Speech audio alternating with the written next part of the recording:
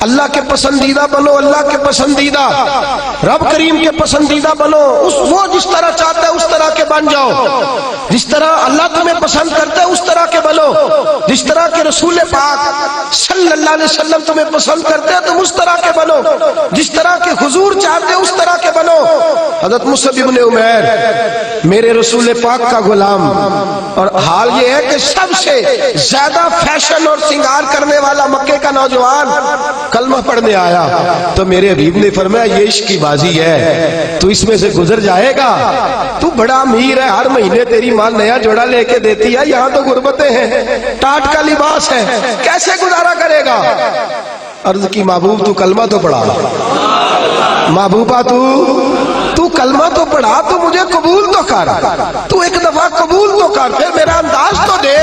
حضرت علی شیر خدا فرماتے میں نے اس بچے کو بھوک کاٹتے دیکھا ہے، میں نے اسے بوریے کا لباس پہننے ہوئے دیکھا ہے، سب سے اعلیٰ کپڑے پہننے والے کے پیر میں نے دیکھے، ایک جوتا اور رنگ کا، دوسرا جوتا اور رنگ کا، فرماتے میں نے انداز دیکھا اس شخص کا کہ میدان احد میں حضرت مصعب ابن عمیر شہید ہو گئے، اور حال یہ ہے کہ جو چادر ڈالی جا رہی ہے کفن کے لیے، اس سے سر ڈھانپتے تو پیر ننگے ہو جاتے، پیر ڈھانپتے تو سر ننگا ہو جاتا، رحمت للعالمین سرانے آ کے کھڑے ہو گئے، اور کی کریم رسول نے دست مبارک پہ بظاہر راشا تاری، حضور نے کھینچا چادر کو سر پہ رکھ دی، فرمایا میرے مصعب کے پیروں پر گھاس ڈال دو اور اسے دفن کر دو، اور پھر میرے رسول پاک صلی اللہ تعالی علیہ وسلم نے ہاتھ اٹھائے دعا کے لیے اور لفظ ادا کیا تو صحابہ کی چیخیں نکل گئی۔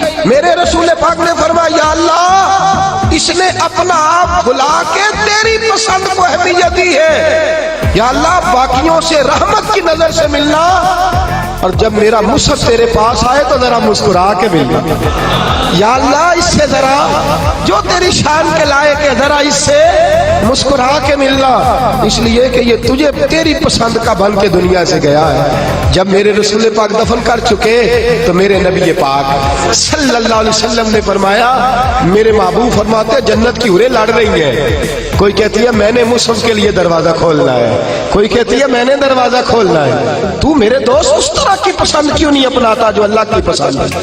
تو اس طرح کا کیوں نہیں بنتا جس طرح کی مصطفیٰ کی پسند ہے؟ رنگ چمن پسند نہ پھولوں کی بو پسند، ہم کو ہے وہ پسند جسے آئے تو پسند، ہم کو ہے وہ پسند جسے آئے تو پسند۔ میرے رسول پاک صلی اللہ تعالی علیہ وآلہ وسلم کے صحابہ نے اپنے آپ کو اس پسند میں ڈالا۔ کام تھوڑا مشکل ہے، جوانی میں داڑھی رکھنا کام تھوڑا سا مشکل ہے، کھلے کھلے لمبے لمبے کپڑے پہننا کام ذرا نہیں نہ بول رہے آپ، بولنا اتنا مشکل ہے تو کرنا کتنا مشکل ہوگا۔ جوانی کے اندر اپنے آپ کو تبدیل کرنا کام ذرا تھوڑا مشکل ہے، لوگ ساری باتیں کر جاتے ہیں میری طرح، لمبے چوڑے دعوے، اور عمل کی بات آتی ہے تو پیچھے رہ جاتے ہیں۔ گفتگو ستاروں سے زیادہ روشن، باتیں آسمان سے زیادہ اونچی، لیکن مرضی اپنی کرنی ہے، اللہ رسول کی نہیں، چلنا اپنی عقل کے مطابق ہے، رب رسول کی مرضی کے مطابق نہیں۔ میرے عزیز تو اللہ رسول کی مرضی کے مطابق ڈال جا۔ میرے رسول پاک صلی اللہ علیہ وسلم کی پیاری زوجہ حضرت خدیجہ الکبریٰ رضی اللہ تعالی عنہا، کل ان کا یوم وصال گزرا ہے، ان کی ایک بات کرنا بڑا ہی ضروری ہے، اور آپ بھی عنوان میں گئی سیدہ طیبہ طاہرہ حضرت خدیجہ الکبریٰ رضی اللہ، مال اتنا ہے کہ مکے کی سب سے امیر عورت ہے، پاکیزگی اتنی ہے، پاکیزگی مال ہونے کے باوجود پاکیزگی اتنی ہے کہ سارا مکہ ان کی پاکیزگی کی گواہی دیتا ہے، اور عالم تقوی اور طہارت کا یہ ہے کہ لوگ کہتے ہیں کہ جو کھانا سیدہ خدیجہ کے گھر میں ان کی کنیزائیں پکاتی ہیں وہ کھانا بڑا صاف ستھرا ہوتا ہے، طہارت بھی، نفاست بھی، بلندی بھی، مال بھی۔ یہی بی بی در رسول پہ حاضر ہو گئی صلی اللہ، حضور کی زوجیت میں حضرت خدیجہ آئی۔ ماڑا بندہ تگڑا ہو جائے تو اس کا گزارا کافی ہو جاتا ہے، اور تگڑا بندہ اگر کبھی غریب ہو جائے نا اس کے لیے گزارا کرنا نہیں۔ میں اور مثال کھول کے دیتا ہوں، غریب گھر کی بیٹی بیاہ کے امیر گھر میں چلی جائے نا، غریب گھر کی بچی، تو اس کے حالات بہتر ہو جاتے ہیں، اور اگر امیر گھر کی بچی غریب گھر میں آ جائے تو اللہ تعالیٰ ہی فضل کرے تو معاملات ورنہ بڑی دور دور تک معاملات بگڑتے ہیں، بڑی دور دور تک۔ یہ شہزادی ہے، یہ ملکہ ہے، یہ در رسول پہ آ گئے، اور حال یہ تھا کہ 20 نوکرانیاں گھر میں کام کرنے والی، 20 خادمائیں، لیکن حضرت ختیجہ جب در رسول پہ آئی سارا مال لا کے رسول اللہ کے قدموں میں پیش کر دیا، سارا مال لا کے قدموں میں پیش کر دیا، ہر چیز رکھ دی۔ میرے نبی نے ٹائم نہیں لگایا، 2-4 گھنٹے لگے، سارا غریبوں میں بانٹ دیا ہے، بٹ گیا سارا غریبوں میں۔ دوست کتنا مشکل ہے اپنے آپ کو ڈالنا، لیکن میرے نبی پاک کو پسند تھا نا یہ عالم، تو حضرت ختیجہ ڈھل گئی سیدہ ختیجہ۔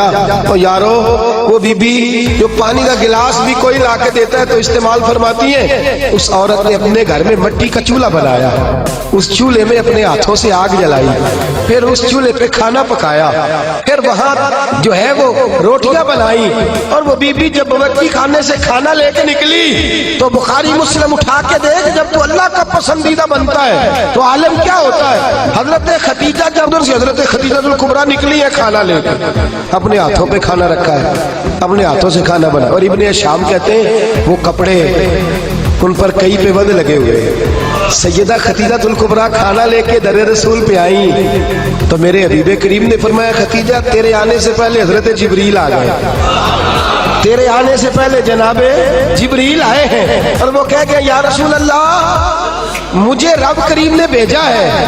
اللہ فرماتا ہے کہ ختیجہ کھانا لے کے آ رہی ہے۔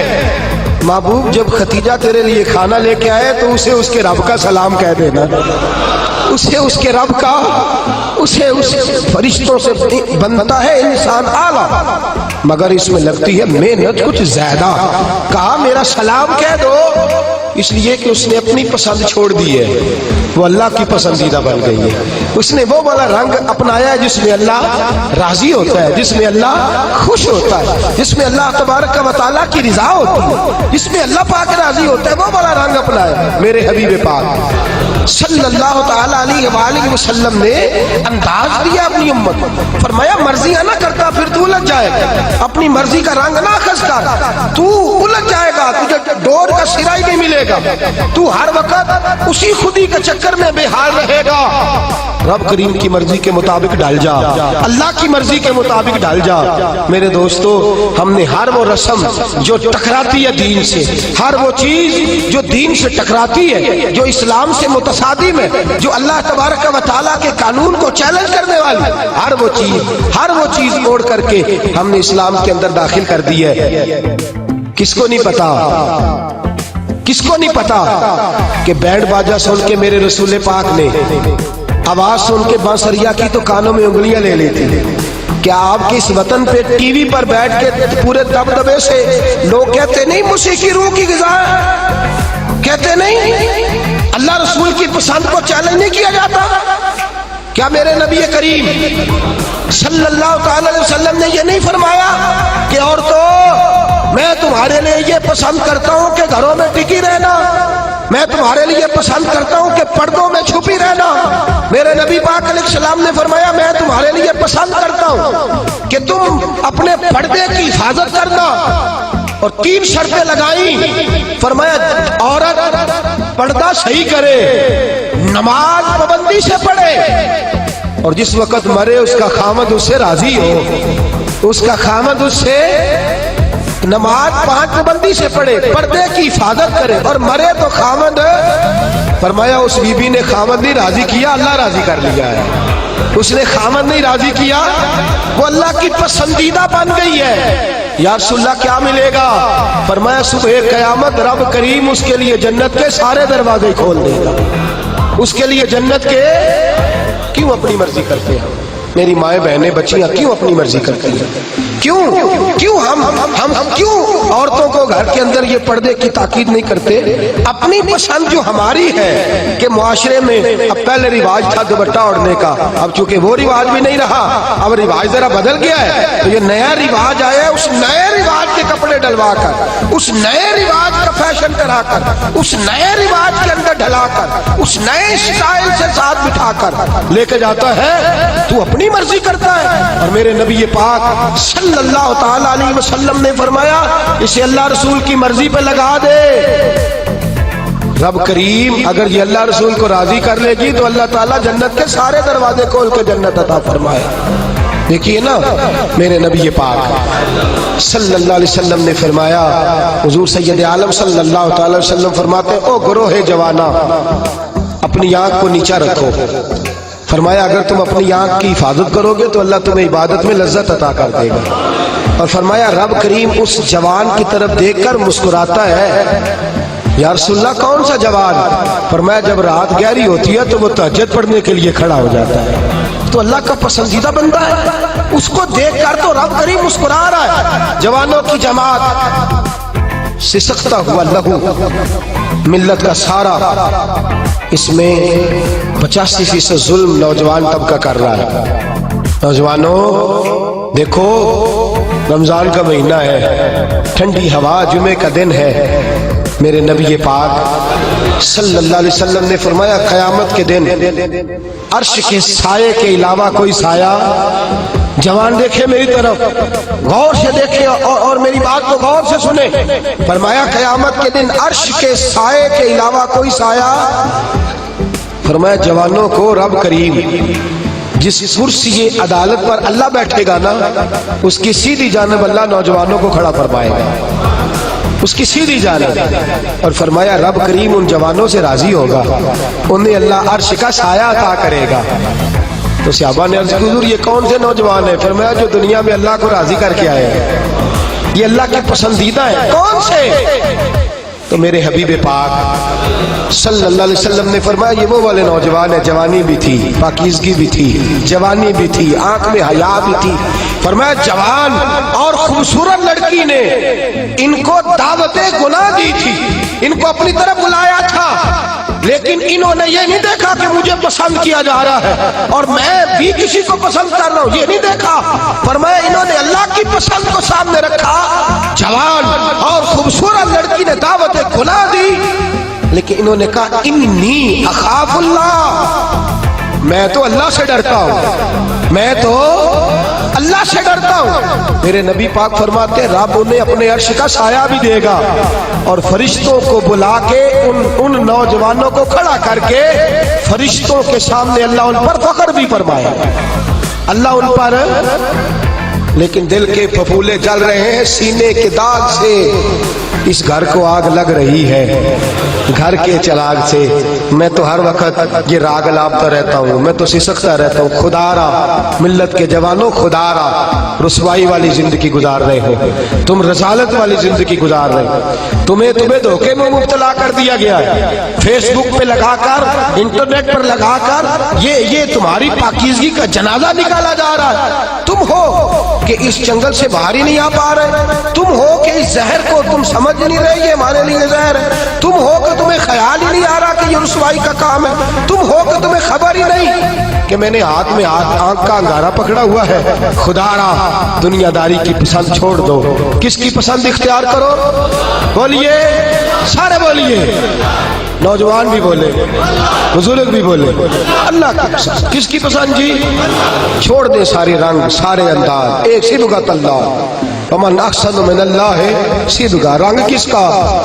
اللہ کا. خواہش کس کی؟ مرضی کس کی؟ اللہ کا. اس مرضی بھی. بہلول دانا سے کہا تھا ہارون رشید نے کہ مجھے کوئی نصیحت کر دے, میں بادشاہ ہوں. سخت دل ہو جاتا ہے کئی دفعہ. تو حضرت بہلول دانا کہنے لگے میں کیا نصیحت کروں, آپ کا باپ کہاں ہے؟ کہنے لگے قبرستان میں. کہا ایک بڑا بھائی بھی تھا, بڑا پیار کرتا ہے, سنا آپ سے, کہاں ہے؟ کہا قبرستان میں. تو کہا وہ ایک چچا زاد بھی آپ کے ساتھ میں نے دیکھا ہے. کہا وہ بھی قبرستان میں. یاد کرانا شروع کیا حضرت بہلول نے. فرمایا وہ ننہال والے, ددہال والے, وہ ماموں, وہ چاچو کا سب قبروں میں. آخری جملہ کہا فرمایا تیرا ایک پتر بھی تھا, چڑھتی جوانی تھی, قد اونچا تھا, رنگ گورا تھا. ہارون رشید رو پڑے, کہنے لگے حضور وہ بھی قبرستان میں. تو فرمایا جس نے اتنے جنازے پڑے ہوں اسے میں نصیحت کروں, تیرا کیا خیال ہے, تو نے نہیں جانا؟ یارو ہم نے اپنے کئی کلاس فیلوں کے جنازے پڑھے ہیں. بڑا پیار تھا میرا اپنی دادی کے ساتھ, تو 97 میں وہ انتقال کر گئی.